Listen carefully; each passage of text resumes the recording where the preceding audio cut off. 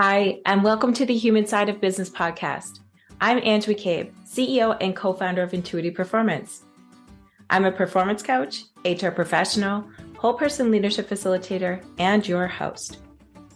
The Human Side of Business podcast is fueled by the genuine curiosity to understand how personal characteristics and skills can be leveraged to drive individual and team performance, tangible outcomes, and ultimately organizational success within business.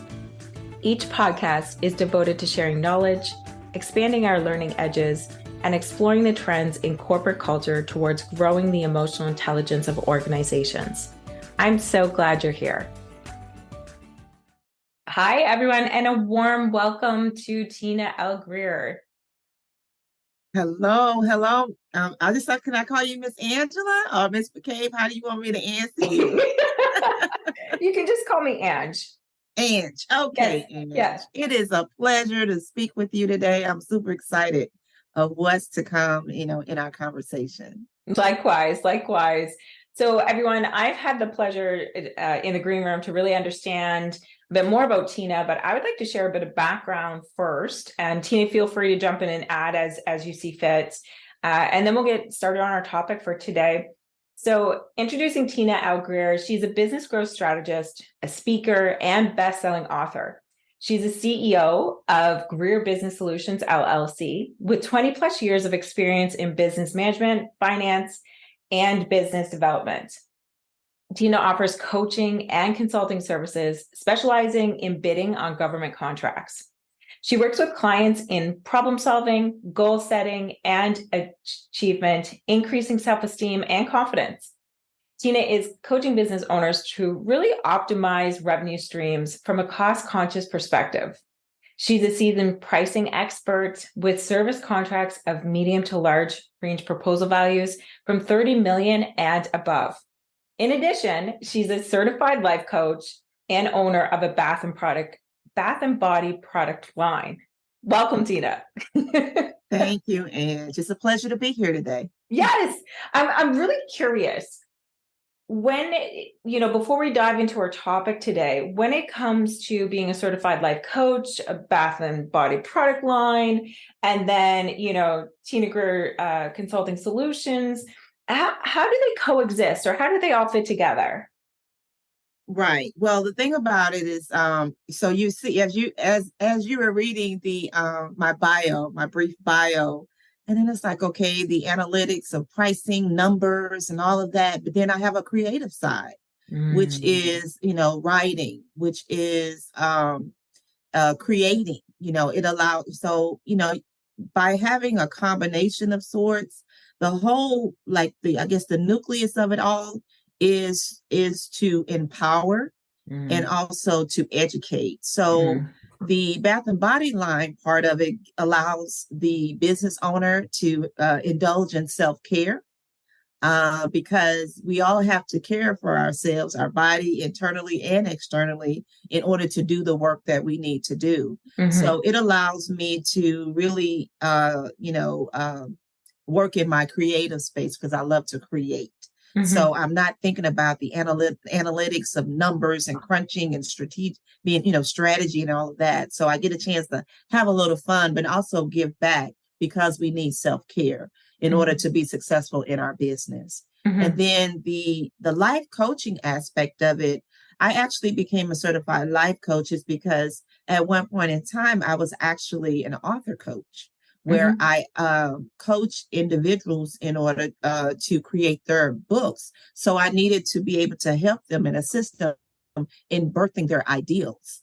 And I felt that I need to have, a credential behind me to really be able to help, because it's a lot of people have a lot of personal situations where they want to be able to express themselves, but didn't know how to do it in a form of writing. So I went and received that credential in order to assist my clients in order to birth their books as an author coach. So by having that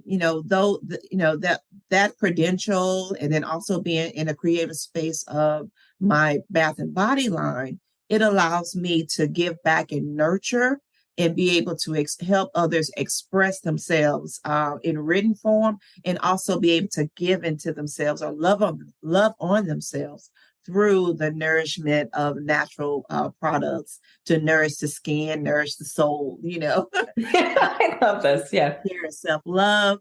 But then also being in business, again, that's a total package of having that part of your life taken care of as far as the nurture part, and then being able to show up great, with confidence, self-confidence, and being able to do your job well because you're feeling good about yourself. So, you're able to provide those solutions to your clients. And so it's all, it's just different facets of me. I'm not, how we as women have many facets. I love to put those together and really be able to provide solutions to my clients. I like your approach, Tina, in the sense that you're looking at yourself from a business, creative, self-care perspective, and then have kind of engineered or innovatively thought about, how do I put this out to the world as well? And so the vibe that I'm sensing is like, it's that total care package, whether it be from your business solutions to life coaching to taking care of your body from a bath and body product line perspective. That's amazing. Thank you. You're welcome. You're welcome. And so I want to hear more. So on the business side of things, one of the topics that you and I had really found synergies about in past, which brought us here today, is around leadership styles and how to really engage your team from the start to finish on projects. So tell me, when you're working with companies, Tina, what do you hone in or what do you look for when it comes to the leadership management side of things to ensure that they're successful projects?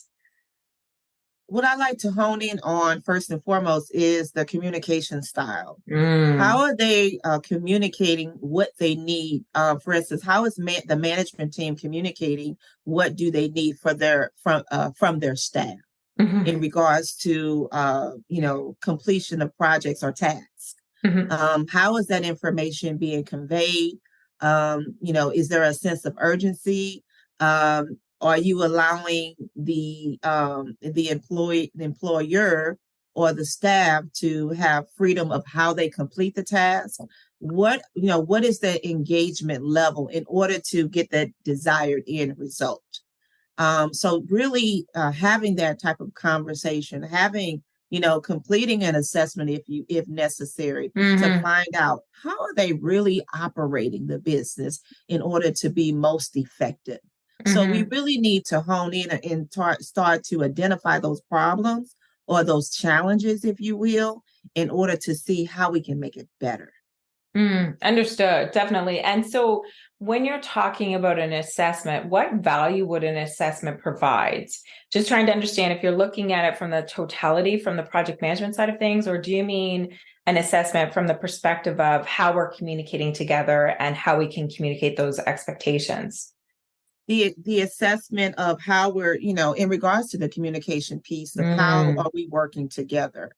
I mean, and what form of communication are you utilizing in order to get your point across? That is very important because people receive information in different ways. It could be, and then also the perception of what you've said. Did you really mean that? Or did you mean something else? So are you really, are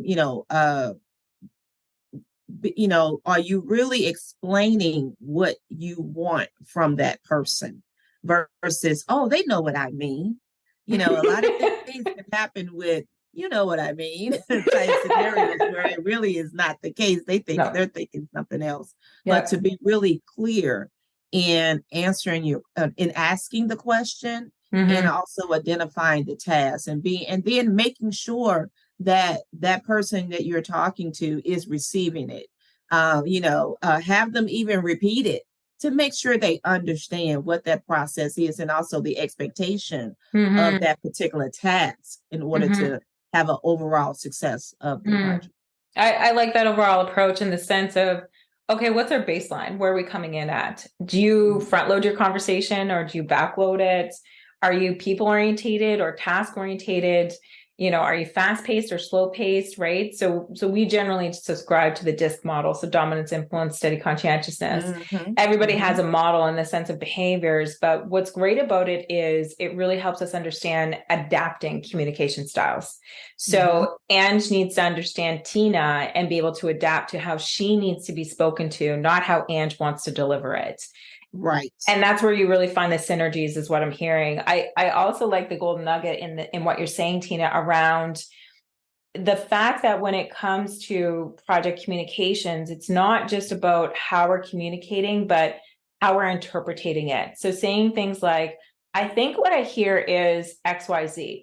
Is that true? Or am I missing something? Trying to have a neutrality in the way that we converse. The other thing that was coming up, I was starting to smirk when you were speaking, not at directly your words, but the fact that there was a specific situation that came up in past when I was a VP of HR in a past life. And one of my directors came in and they said, can you believe this? Like, look at this email. And they showed me their cell phone, their email and their cell phone. And I said, okay. So I took the cell phone and I read through it. And it was very pentameter in the sense that it was going back and forth. I need this. I've done that.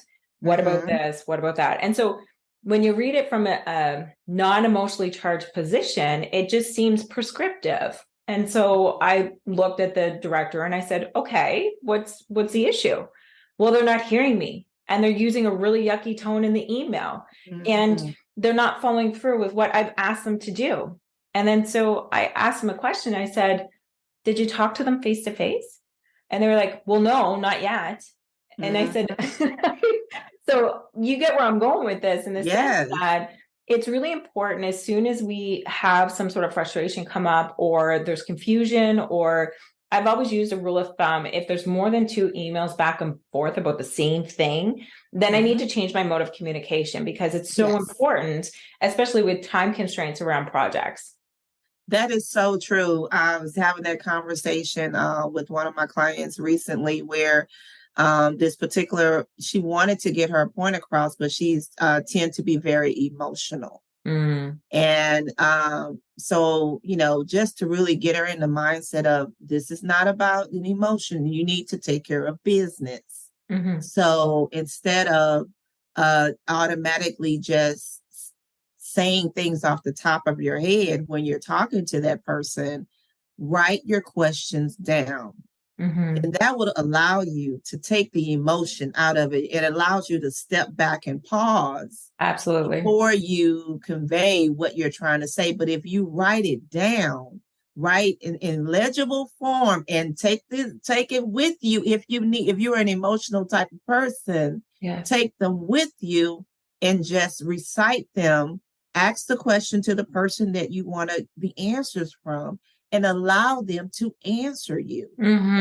Just getting all tied up in emotions and just, spurting out information. And then now everybody is the energy is wrong and so on and so forth. But if you think about, I need to take care of business, put the emotions aside. What is it that I want this person to answer so I can have a better understanding? If you need to write those down before you go into your meeting. Absolutely. I think those are great points. And I'd like to come at this one with just slightly a different lens from a leadership perspective, if that's okay, Tina, in the sense that as leaders, I think that we have the responsibility not to shut off people's passion and tell them to separate the emotions, because you can't really separate the emotions from the person. But I think what you're pointing to is being able to have an intentional conversation. And it's okay to be passionate. It's okay to, want to be able to be super involved, because oftentimes, especially when it comes to project management, there's a lot of time and energy put into this project. So people get emotionally attached to it. And I think it's really important, again, going back to the leadership side of things, that as leaders, they have zero judgment with their team members. It matters that they're emotional and passionate, but it's up to the leader as to how to channel that passion or influence their passion to ensure that the vibe or the synergies of the project are continuations versus having stalled out or heels dug in kind of type conversations that can be potentially perceived as conflict for sure. So what's coming up for me is like sitting at the table as a leader, it's being able to facilitate those conversations and then be able to take some stuff offline to coach that team member as to how to channel those passions or those emotions. Right. And also and that goes back to the point of knowing your, your colleagues, Yep. knowing your employees or your staff. As a leader, you need to know how to approach them. Mm-hmm. So it also brings upon that transformational leadership style. Absolutely. To where, okay, this person, I know this, even if you've done, like I say, individual assessment as a leader, you have done already individual assessments, you know your team, you know what their strengths are, their weaknesses are, and you know exactly, which individuals will be, have that drive and passion in a certain space or area of the project. So if you really, as a leader, if you really know your people, meaning you've been communicating with them, you've been engaging in them through various events, socially or non-socially, in regards to, the business aspect of it, but their strengths and weaknesses, you know exactly which task is going to challenge a person and allow them to thrive. Yes. And which ones that may be, okay, this person is not a good fit because of X, Y, and Z. Not to say that is bad, but they're not going to thrive in that particular task. But you as the leader should know. And I believe when we're dealing with projects, especially when it's deadline driven, you need to know exactly the roles that people play and where they would just thrive in and be able to turn around something quickly, especially if it's deadline driven.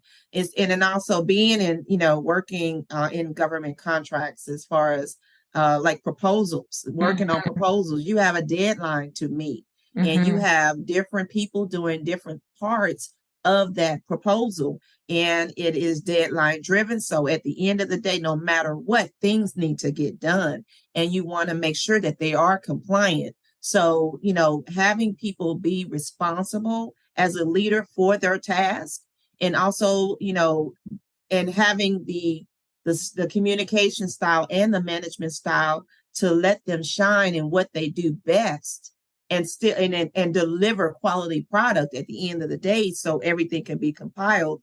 That is the ultimate goal, because again, at the end of the day, especially with government contracts, when it's due on Friday at 4:00 in their office, it's due Friday at 4:00 in their office. So you can have, mess up, if you're late, it's over, they're not going to accept it. So you want to make sure that you align people with the right task as a project manager, as a leader, to make sure that overall the job gets done. It gets done very well. Absolutely. And a few things that I want to clarify for our audience is that when we're thinking about the word leadership, it doesn't necessarily mean the job title. In project management, you could have project leads that are responsible for delegating or reassigning or housing, project responsibilities, but they may not be a technical people manager. So I think it's really important that in those instances, regardless of what type of leader or title that they have, looking at their project team and including their people and culture department or person is really, really important, because it's tapping into those resources to really connect the business operations to the people operations, right? Yes. And I think that in my experience, and I'm curious to see what you see as well, Tina, in my experience, what I've seen oftentimes is, not always, but generally broad stroke thinking, is that when we're talking about leadership, leaders almost feel like understanding their people, their characteristics, their motivations, their needs is like a side of the desk project, and operations is everything else. Now, don't get me wrong. I strongly believe that there's leaders out there that can really combine the two, and organically they're strong leaders, or they've been trained to do so. But generally speaking, when you see leaders that have been promoted up through, and you're talking about things like performance reviews, or you're talking about things like, to your point, needs assessments with their team members, it's almost like a lost art for them. I'm curious to see what your experiences are, especially on the project management side of things. Well, I guess for what I've seen, I guess I've seen it both ways. Because there Yeah. are leaders that just drive, they're just revenue driven. And it's just okay, at the end of the day, we want to get this project done and we want to make this type of money. So by any means necessary, get it done. So it's been really, it just really depends, like at more big business, I would say. I've had experience where there's been, leadership or management where they didn't care really about how you felt. It was just like, okay, at the end of the day, is the project done, or, to the penny, or, really just authoritarian. Yes. But really, it's like, okay, put all that aside. I need this done. I need this done this way right now at this time frame, not caring about how you feel, and so forth. And, some thrive in that, where it's a point of, depending upon that organization, and maybe they're just thinking about the bottom line versus, especially today, in order to attract the right type of person into your team, you have to be people oriented, meaning that because of what we've been through with the pandemic, a lot of people are working virtually. People don't want to go back in the office. They love their freedom, but still they're at home getting the job done, or in a certain, type of office setting and getting the job done. You have to be able to work with all as and in leadership in order to have the end that result that you want at the very end. Because a lot of people, I think there's a change in a shift in regards to the employees or staff that they don't want just a strict one way or the high or no way. Yes. You want choices. And you have, as a leader, you have to be able to work with everybody.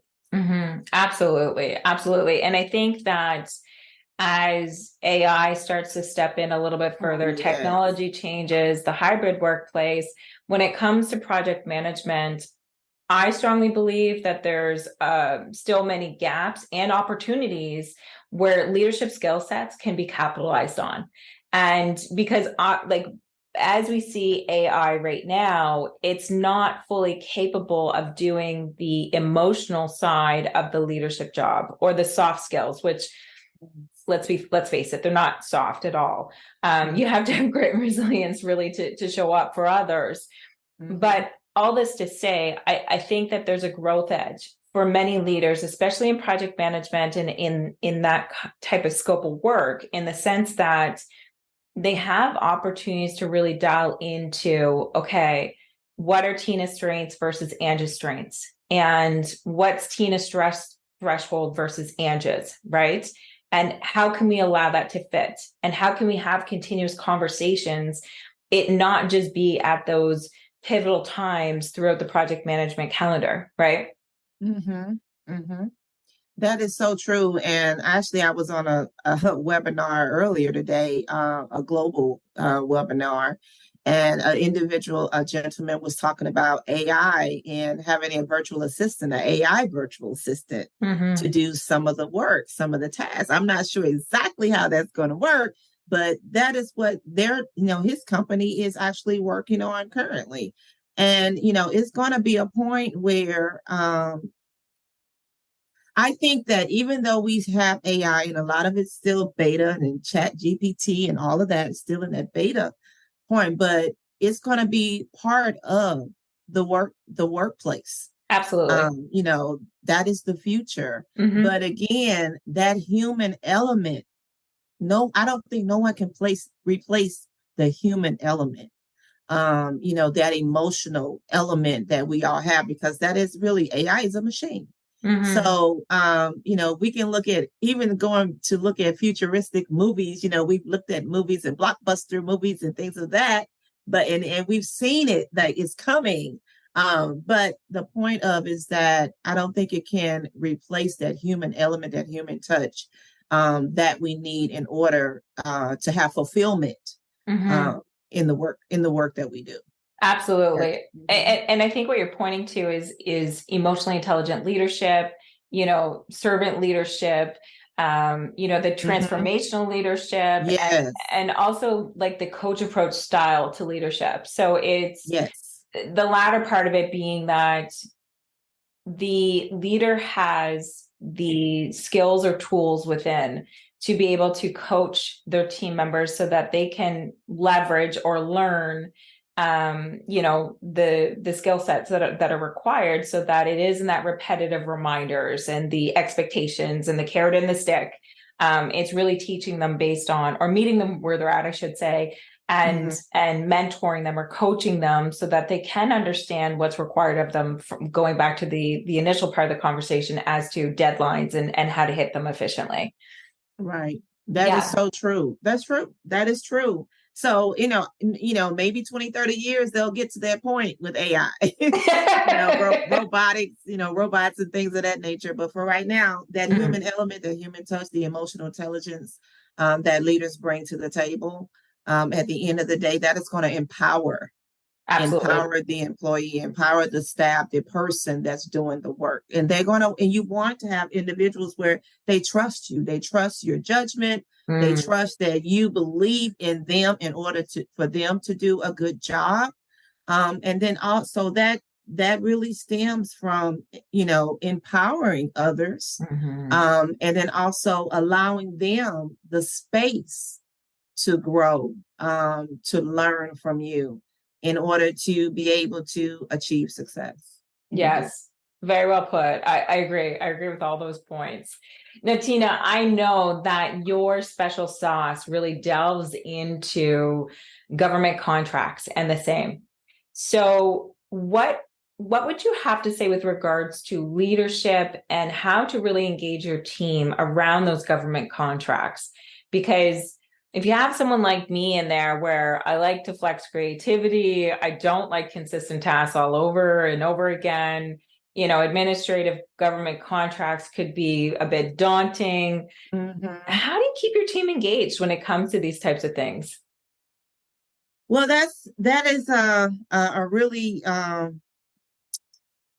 mean, it is an issue that you can have as the business owner, as the manager of a project, especially, for instance, let's just say you've won a proposal, you bid the proposal, you know your numbers, and now it's time for execution. You're Mhm. executing the proposal now, so you have a team, that is executing that contract that you have won. And you already have, set goals in place in order to stay profitable, on that particular contract. Now, it's going to be a point where, at times you're going to have to make sure that there are, KPIs, key performance indicators Mhm. in place, to where you know that based on what you have proposed, that you are executing to the contract, because you have forecasted that you are expecting a certain profit level.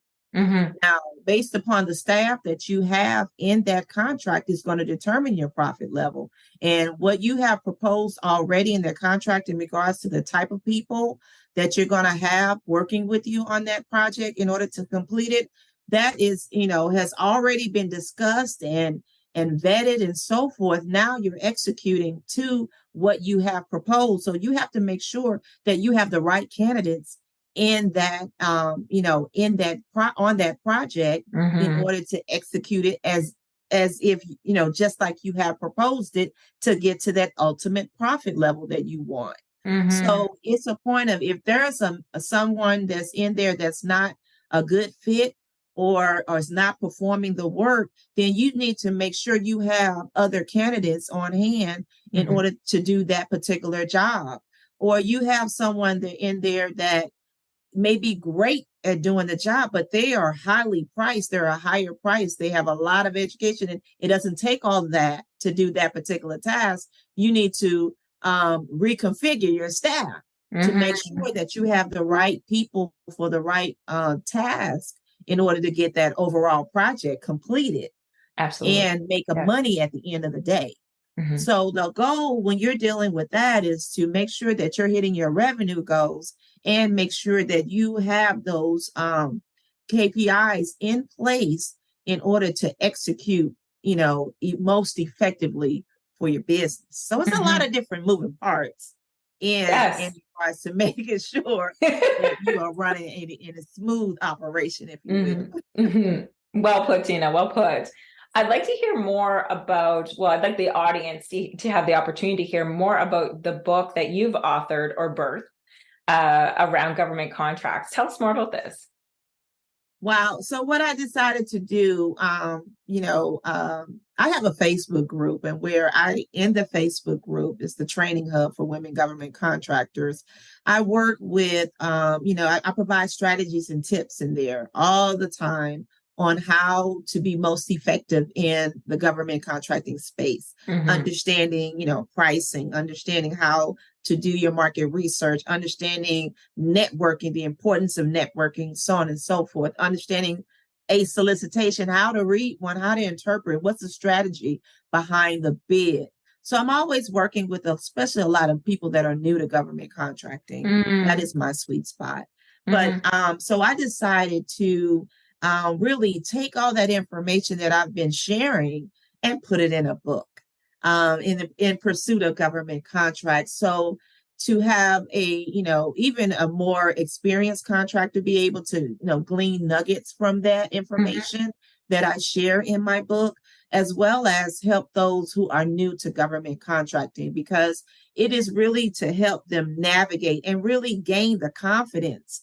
Again, this is, people say it's a easy entry is to become a government contractor. However, to be able to win a contract, it takes strategy, it takes knowledge and experience that, with me working in that industry with over 20 plus years of experience in that space, it's not something that a lot of people are going to get overnight.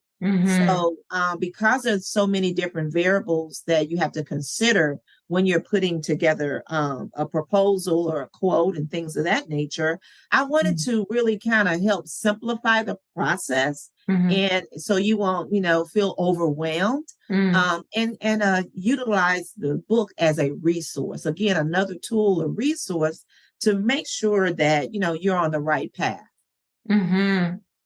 Awesome. Thank you for putting your expertise out there. It sounds like there is a lot of hidden insights that we can tap into from a government contracting perspective. Now, just for clarity, because our audience is in EU, Canada, and the US, when you're speaking to government contracts, is this US based, just for clarity purposes? Yes, it is U.S. based, federal U.S. United States government contract. Awesome. So in a federal perspective, but the information that I share in there is still applicable to state and local. So anyone that has been working with any type of government contractual information, every country is different. Yes, but I think that they can glean insight on just the structure and then also the different approaches. Yeah, I can see that for sure. And where can we find your book? Well, my book is actually on Amazon. You can go on Amazon, Amazon.com. Amazing. Tina L. Greer, and you'll see a list of my books. And you also can see it on my background as well. Fantastic. And Tina, if we wanted to reach out to you, whether it be for your bath and product line, the business consulting side of things, or life coaching, what's the best way to get a hold of you? Visit my website, GreerBusinessSolutions.com. Fantastic. And can you tell us where you're zooming out of today, just so people know what's considered local for you? I'm in Georgia. I'm zooming. I'm in the United States, Atlanta, Metro Atlanta area, and great. I'm just excited to be here and being able to share, internationally, my passion for helping others. Fantastic.